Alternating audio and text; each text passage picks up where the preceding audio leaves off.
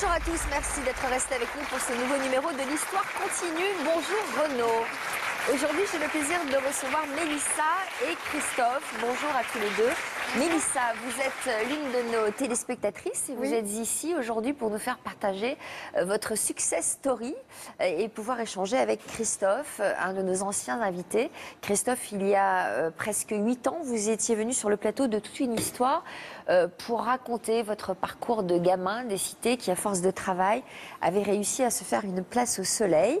On va regarder tout de suite un résumé de votre premier passage dans l'émission et puis on découvrira ce que vous êtes devenus. On n'a pas envie que les copains de la cage d'escalier puissent connaître la situation de vos parents. Si Christophe avait grandi dans une famille aimante, son enfance en banlieue parisienne avait été marquée par une grande précarité. Il y avait beaucoup d'huissiers, beaucoup de problèmes financiers. On pouvait être expulsé du jour au lendemain. Il y a eu une faillite en fait, mon père s'était mis à son compte, ça a été le gouffre quoi. Conscient des difficultés financières de sa famille, Christophe était depuis tout jeune animé par un sentiment de revanche. Il y a une frustration à l'intérieur parce qu'on est impuissant. On a envie de grandir plus vite en fait. On veut que le rythme s'accélère pour venger. Pour passer devant ces gens-là avec un grand sourire, une belle voiture éventuellement, une grosse classe de billets et leur dire voilà, les dettes sont payées, servez-vous. Dès l'âge de 15 ans, Christophe avait préféré apprendre un métier plutôt que de continuer ses études. J'ai voulu m'immerger rapidement dans le milieu du luxe. J'ai entamé un apprentissage dans l'hôtellerie. Puis là, naturellement, on voit les belles voitures, on voit les hommes d'affaires, les stars. Plus que tout, Christophe voulait faire partie de ce monde. Et à force de travail et d'abnégation, il est devenu patron de sa propre société. Vous avez connu en fait la gloire grâce à une tisane. Amincissante.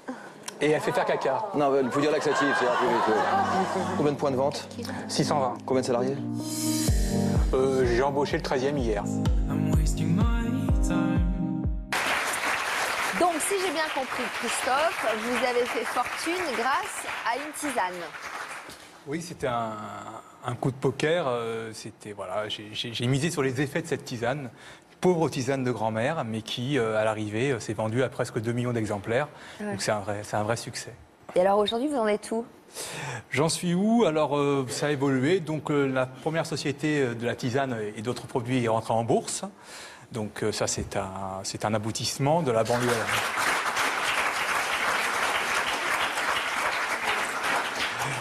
J'ai racheté une société en difficulté qui était en redressement et donc recapitalisée, et maintenant c'est aussi une belle success story.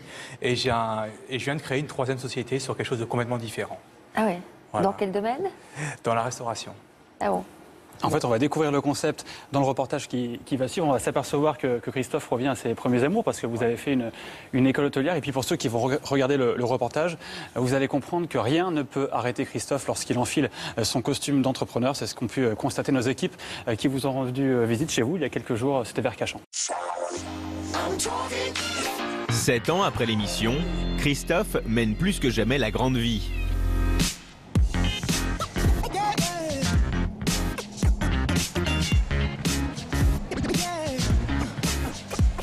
Mais si le jeune chef d'entreprise habite toujours à proximité du quartier de son enfance, son quotidien a changé du tout au tout. Bienvenue chez moi. Voilà, c'est une maison que j'ai fait construire en 2014, que j'ai dessinée, que j'ai meublée, grande cheminée. Et puis le soir, de temps en temps, un petit spa de nage. Voilà, tranquille, et ça détend tout le monde. Là, c'est ma chambre, donc où je dors royalement 6 heures par jour. C'est pas mon endroit préféré. J'aime pas trop dormir, c'est une perte de temps. Et l'homme d'affaires a en effet un planning très chargé. Il faut proposer des délais de paiement, à savoir que c'est des conditions exceptionnelles d'implantation. Désormais à la tête de 2 sociétés, Christophe a vu ses activités rencontrer un essor sans précédent. On est passé de 600 000 € à 2 millions € de chiffre d'affaires, donc avec une belle rentabilité. J'ai une société qui est rentrée en bourse.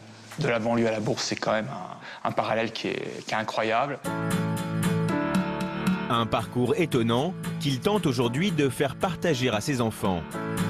Sa fille Aurore a même rejoint pour quelques mois les rangs de son entreprise. Tu vas plus vite que moi déjà. Tu fais bien dans l'ordre chronologique. Mais du coup, je suis obligée de créer une deuxième feuille là. Oui, parce qu'il est rempli. Oui, il est rempli, voilà. Lui, en Bah, l'occurrence, tu crées une deuxième feuille. C'est important de transmettre le savoir. Je suis pas immortel et ce serait toujours bien d'avoir une de mes filles qui puisse, en cas de problème, prendre la suite du père. C'est comme un exemple. Il a un beau parcours, il est parti de presque rien, c'est un autodidacte, il a tout fait tout seul. C'est un modèle. Christophe est un modèle pour tous ses proches et il s'est même lancé récemment un tout nouveau défi, ouvrir le premier bus de France où l'on peut manger des burgers.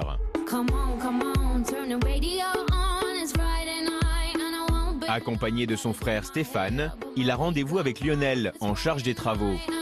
Le chef d'entreprise s'est mis en tête de transformer ce bus en restaurant ambulant. Tout ça, ça va être dégarni, ça va devenir l'espace cuisine en fait. Les plans de travail, les plans de cuisson. Voilà, frigo. Je suis impressionné parce que c'est vraiment quelque chose que je connaissais pas là. On a du mal à s'imaginer, mais c'est vrai que c'est ça les artistes. J'ai ce projet, je dirais que ça ne s'arrêtera jamais, j'en aurai d'autres après. Le tour du monde commence toujours par un pas. Et je pense que ce projet est le début d'une très belle aventure. Et puis il y aura d'autres aventures après. On n'arrête jamais. On n'arrête jamais. Christophe déborde de projets professionnels, mais pas seulement. En 2013, il a créé un Ange Passe, une association qui vient en aide à des personnes défavorisées. Installe-toi là. Et il y a un an, il a fait la connaissance de Johan, un jeune homme de 27 ans, au parcours chaotique. Dis-moi un peu, t'en es où, toi, de tes démarches personnelles je recherche un emploi en ce moment. Je fais des démarches, je vais à Pôle emploi. Je pose des CV, j'envoie, mais aucune réponse. Tu traînes plus, Non, ça va, j'ai arrêté tout ça. D'accord. Le travail avec Johan au départ, c'est pour mettre tout à zéro. C'est-à-dire comprendre pourquoi les codes, il les a pas. Faire en sorte qu'il ne retourne pas en prison.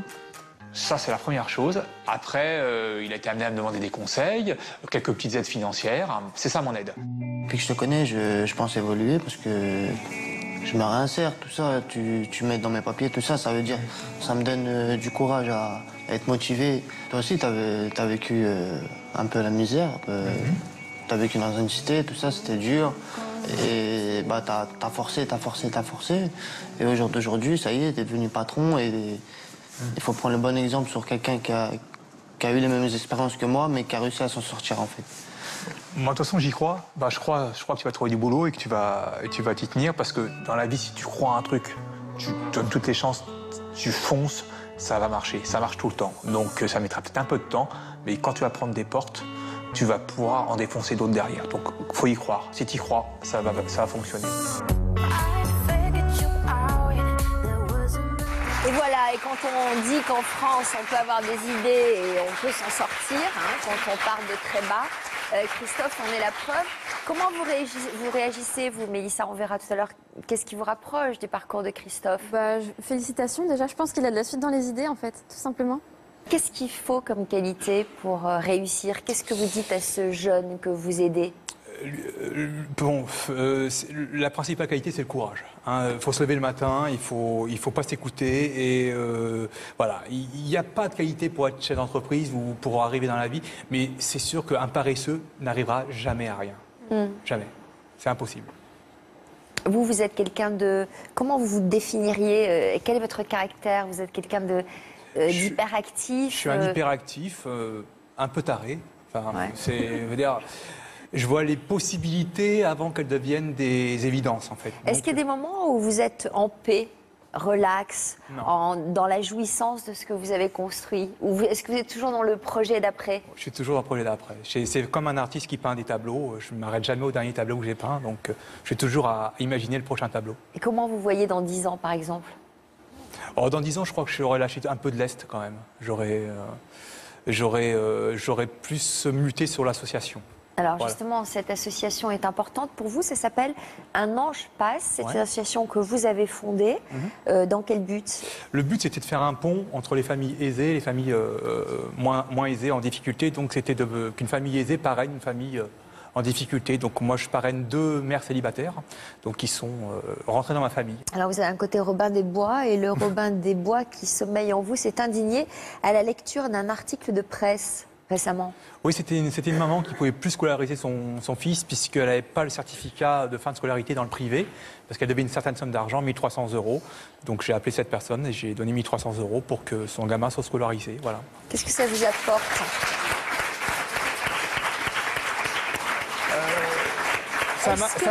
Est-ce que gagner de l'argent, comme vous le faites à travers vos sociétés, est-ce que ça suffirait à vous rendre heureux? Non. C'est important de... Moi, il faut du transmitting, il faut... Du transmitting, vous dites en français, c'est de la transmission. Et puis, je dirais que, vous savez, la jouissance, ok, j'ai une belle maison, une belle voiture, tout ce que vous voulez.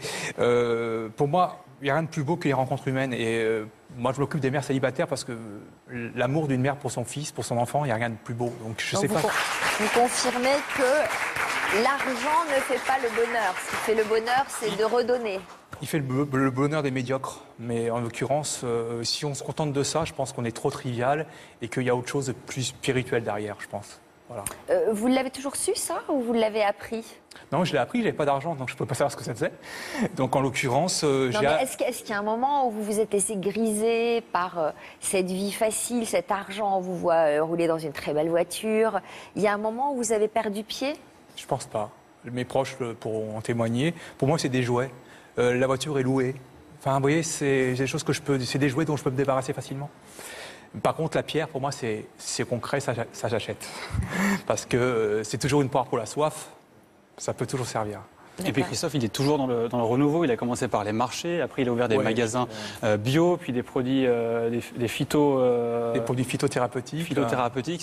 Ça lui a permis aussi, parce que les pharmaciens gagnent très peu d'argent sur les médicaments et que la parapharmacie se développait, d'être sur le bon créneau. Il a racheté une autre entreprise pour élargir ses gammes. Et puis il va se lancer dans la restauration. Est-ce que vous avez des modèles? Est-ce que vous avez été inspiré par d'autres parcours? Oui, j'aime bien Richard Branson, qui est un PDG charismatique anglais d'une chaîne, voilà, qui va de la compagnie d'aviation au disque, enfin, etc. Richard Branson, voilà, il ne se prend pas au sérieux. J'aime bien ce côté. Il a réussi, mais voilà, la vie, elle est simple.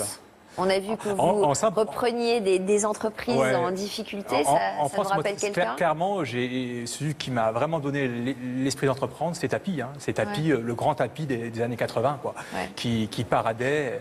Bon, voilà. Au niveau social, je pense être un peu plus cool que lui. Mais c'est vrai qu'il donnait une image, tout était possible. On y a cru, je crois qu'il n'y a pas que moi qui ai cru. Oui, c'est vrai.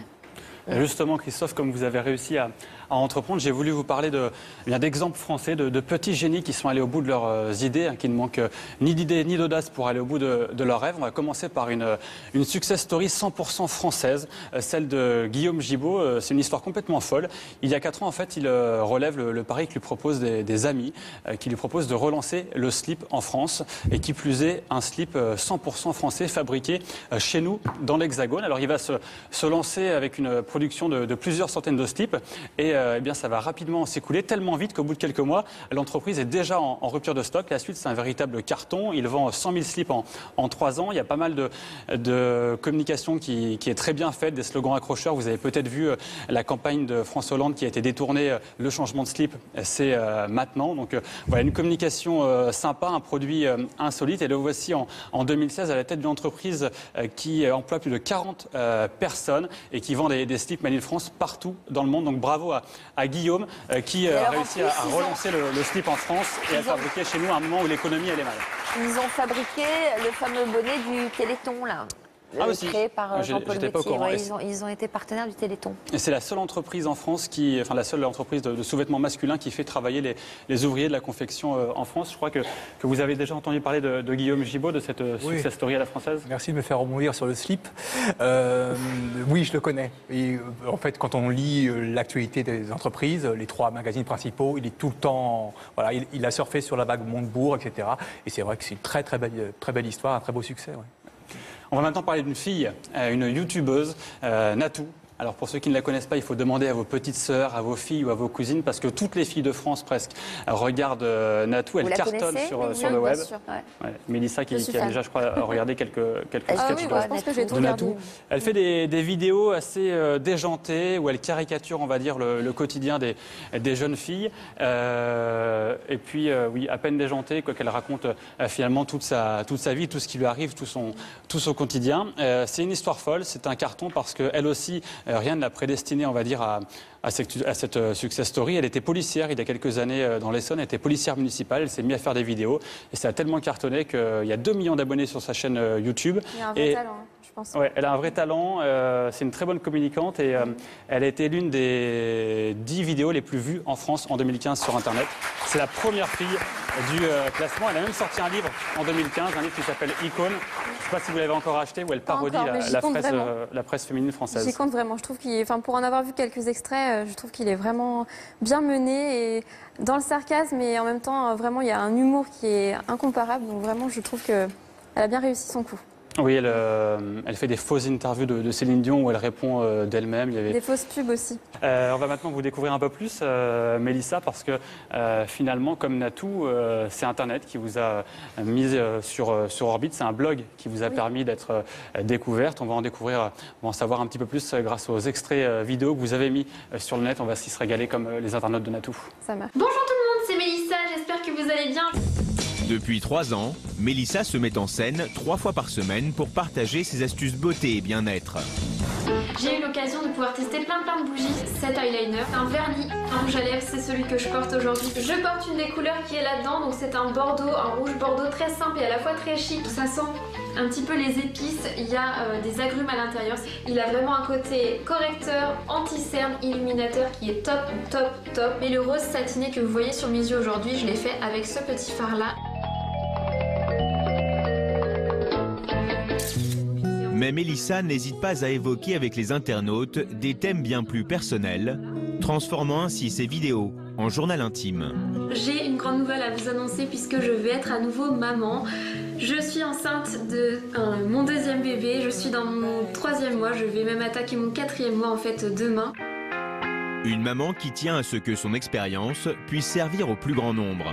Comme d'habitude, si vous avez des questions, des remarques, des commentaires, vous pouvez les laisser sur le blog. Je me ferai vraiment un plaisir de vous y répondre. Et en attendant la prochaine vidéo en 2016, je vous retrouve sur le blog et je vous envoie tout plein de bisous. Bye! Qu'est-ce qui vous a donné envie de partager vos expériences comme ça avec le plus grand nombre? Mon expérience de maman, vous voulez dire? Ouais. Au départ, qu'est-ce qui a déclenché cette envie de vous exprimer sur le... Peut-être le fait qu'on a tous, toutes plutôt, une copine qui nous a toujours raconté ce côté très dark de la grossesse. C'était horrible, mon accouchement a duré 15 heures, j'ai eu super mal, c'était une catastrophe. Alors que moi, je pense que je suis une maman assez zen. J'ai eu 2 grossesses qui se sont passées à merveille, 2 accouchements vraiment super sympas. Et oui, on peut dire super sympa en parlant d'un accouchement. Et je pense que j'avais envie de rassurer en fait. Parce que je trouve qu'il y a trop peu de mamans qui rassurent les autres et qu'on a peut-être trop souvent tendance à parler de ces mauvaises expériences quand on en a vécu, plutôt qu'à étaler un petit peu tout le côté positif qu'il y a. Et moi, j'avais envie de partager de la positive attitude, quoi. Voilà. Alors, quel talent il faut pour réaliser ces petites vidéos-là? C'est pas évident. C'est pas évident, mais on apprend sur le tas. Je pense comme toutes les autres, comme Natou, qui a beaucoup plus de talent que moi, parce qu'on n'est pas dans le même registre, mais je pense qu'elle a une plus grande expérience de tout ce qui est réalisation, montage, etc. Ça prend sur le tas. De toute manière, je vous ai pas montré mes anciennes vidéos, mais les premières étaient très médiocres par rapport à ce que je fais maintenant. Et je pense que celles que je fais maintenant seront beaucoup moins bien que celles que je ferai dans un an. Vous filmez à quel rythme? Comment ça se passe? 1 fois par semaine à peu près. Parfois 2 quand je fais des vidéos maternité. Non, j'ai eu beaucoup de mal à faire ça. Ouais. Je ne suis pas aussi douée que vous, je pense, pour faire ce genre de choses. Mais en tout cas, c'est quelque chose que je fais quand j'en ai envie. Je cible vraiment un moment où je suis disposée à le faire parce que j'aime pas, comme je vous le disais, partager du négatif. Donc si je ne suis pas en forme ou pas motivée, je ne le fais pas. Mais c'est vraiment quelque chose qui me tient à cœur. J'ai remarqué que c'était intéressant aussi de rassurer parce que j'ai vu que ça avait un vrai impact aussi sur mon audience, sur ces mamans ou ces futures mamans ou celles qui voudraient devenir maman, qui ont été rassurées. Et c'est ça que je trouve vraiment super parce qu'au final... Mais vous aimez écrire quand même à la base? J'aime vraiment écrire à la base, oui. Ouais. C'est ça, la passion première qui a fait que, parce que là vous avez parlé du côté YouTube, mais je suis avant tout blogueuse. J'aime vraiment bloguer pour le côté écriture et c'est parce que j'aime écrire que j'ai ouvert un blog. Alors vous en vivez aujourd'hui de ce blog? J'en vis aujourd'hui. Enfin, j'en vis. Mon mari travaille aussi, hein, mais c'est vrai que maintenant il y a des sponsors, vous avez trouvé des partenaires? Je travaille avec certaines marques, j'ai de la chance d'avoir ce genre d'opportunité et c'est vraiment très intéressant parce que je parle, comme vous avez vu dans le reportage, aussi de beauté parce que je suis passionnée de cosmétiques et tout ça. Et donc ça veut dire que maintenant vous recevez des produits chez vous pour les tester? Oui, tout à fait. Et puis vous faites des voyages? Par exemple, là, vous avez été nominée à quoi? J'ai été nommée 2 fois au Golden Blog Awards, donc c'est un petit jeu de mots avec les Golden Globes, je pense, mais l'idée c'est de récompenser les meilleurs blogs français. Et j'ai été nommée en 2013 pour la catégorie beauté. Je m'étais inscrite moi-même en catégorie beauté. Je n'ai pas gagné cette année-là. Je me suis réinscrite l'année suivante. Et en 2014, du coup, j'ai eu l'award du meilleur blog beauté. Donc là, aujourd'hui, vous vous concentrez sur la beauté? J'ai toujours les deux en fait. J'ai accouché au mois d'avril 2015 de mon petit deuxième et je me suis rendu compte que le domaine de la beauté était un petit peu restrictif pour cette personne que je suis parce que j'aime bien ça, mais je suis pas que une fille qui aime prendre soin d'elle, etc. Voilà, c'est un peu futile peut-être? C'est pas vraiment futile, même si ça l'aide dans l'absolu, parce que c'est quelque chose qui me change les idées, quelque chose que je pense qui est important quand on est une femme de continuer à prendre soin de soi, de pas s'oublier. Mais j'avais vraiment envie de parler aussi de choses qui sont plus personnelles, qui représentent plus la personne que je suis, à savoir aussi le côté maternité qui m'a toujours passionnée beaucoup.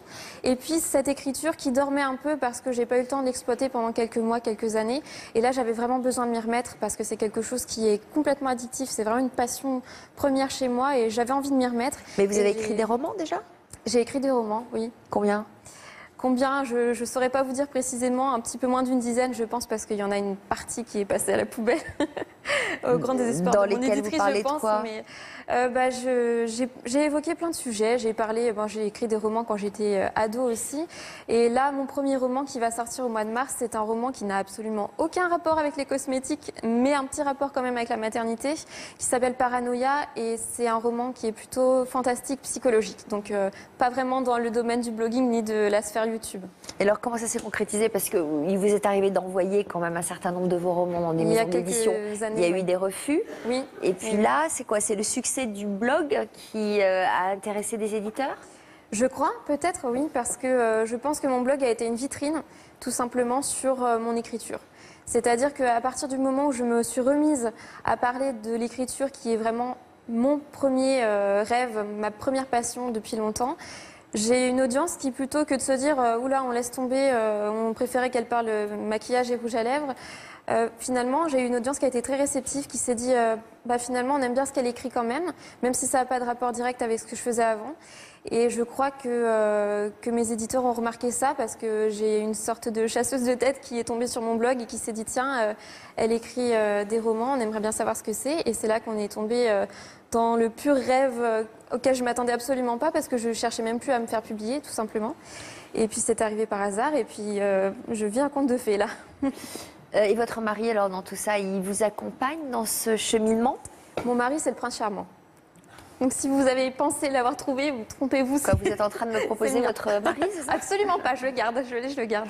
Bon. Mon mari, il a toujours été très présent, il a toujours été dans l'accompagnement, il n'a jamais cherché à me déstabiliser ou à me dire que j'avais des rêves un peu futiles ou un petit peu trop illusoires ou utopistes. Il m'a toujours beaucoup motivée et mon mari m'a permis de prendre une année sabbatique après que j'ai arrêté mes études pour pouvoir me consacrer exclusivement à l'écriture. Et ça, je pense que c'est un cadeau que très peu de personnes reçoivent. J'ai vraiment beaucoup de chance de l'avoir. Il y a un point commun entre nos deux invités, c'est que tous les deux sont autodidactes, ils n'ont pas lu de bouquin pour savoir comment monter une entreprise, ils ont tous les deux appris sur le tas, Christophe. Il y a pas de...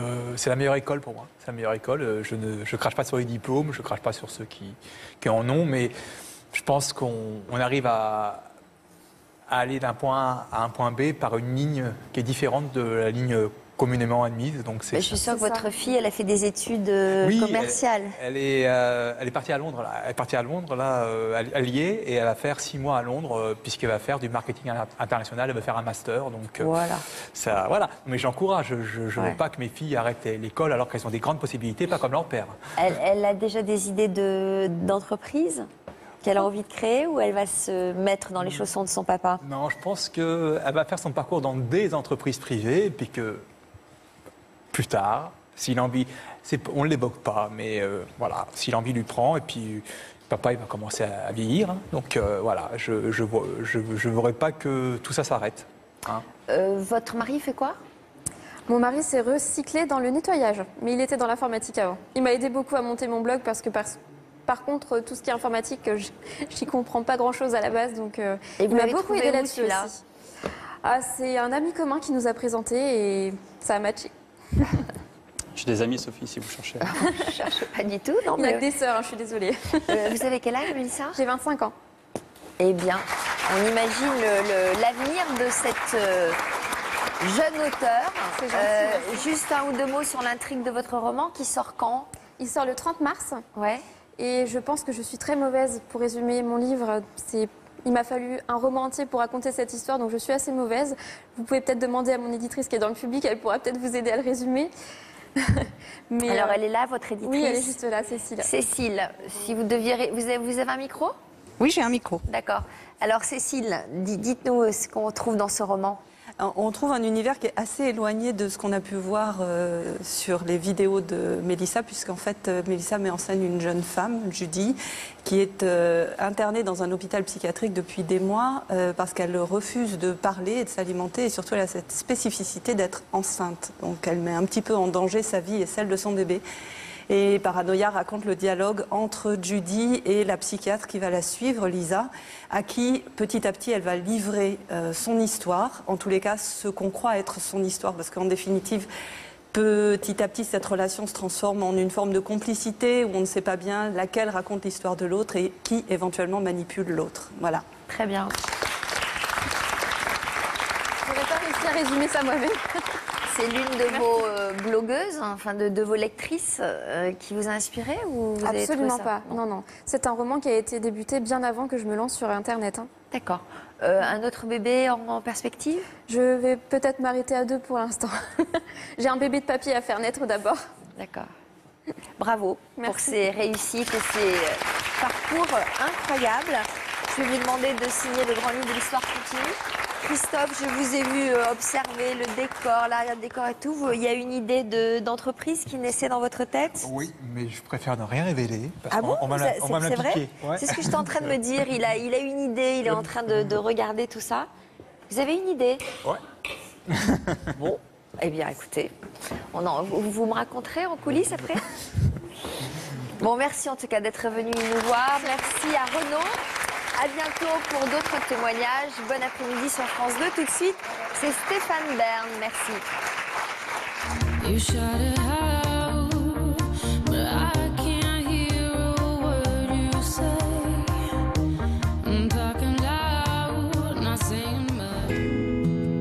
Au menu du prochain numéro de l'histoire continue, la suite des aventures de Kaussara et Fortuné. Elle a 2 ans, elle pèse 8 kg de sang, elle ne marche pas.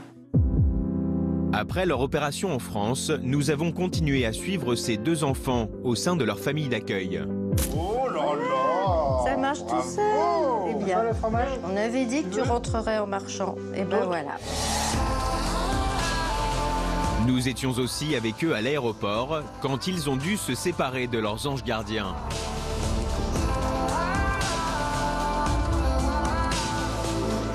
Il a pris dans ses bras le bisou, crac, elle est montée naturellement. Et vous découvrirez comment s'est passé leur retour en Afrique au sein de leur propre famille. Des images qui font chaud au cœur à découvrir bientôt dans l'histoire continue.